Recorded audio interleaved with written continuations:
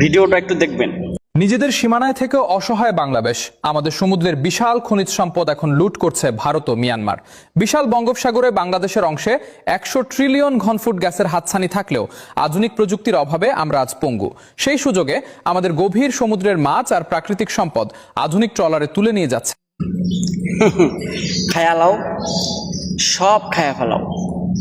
মৎস্য সম্পদ খেয়ে ফেলো, খনিজ সম্পদ খেয়ে ফেলো, প্রাকৃতিক সম্পদ যা আছে সব খায়া ফেলো। ঠিক আছে, যে হাদি ভাই বলে গেছে না, যে ও হে শকুন ছিঁড়ে খাও আমাকে, কিন্তু মস্তিষ্কটা খেও না। মস্তিষ্কটা খাইলে আজীবন দাস হয়ে থাকবা।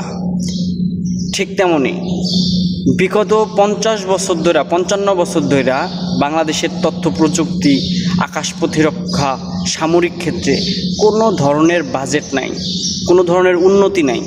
ঠিক আছে, আজকে বাংলাদেশের প্রাকৃতিক সম্পদ ভারত মায়ানমার লুট করে নিচ্ছে।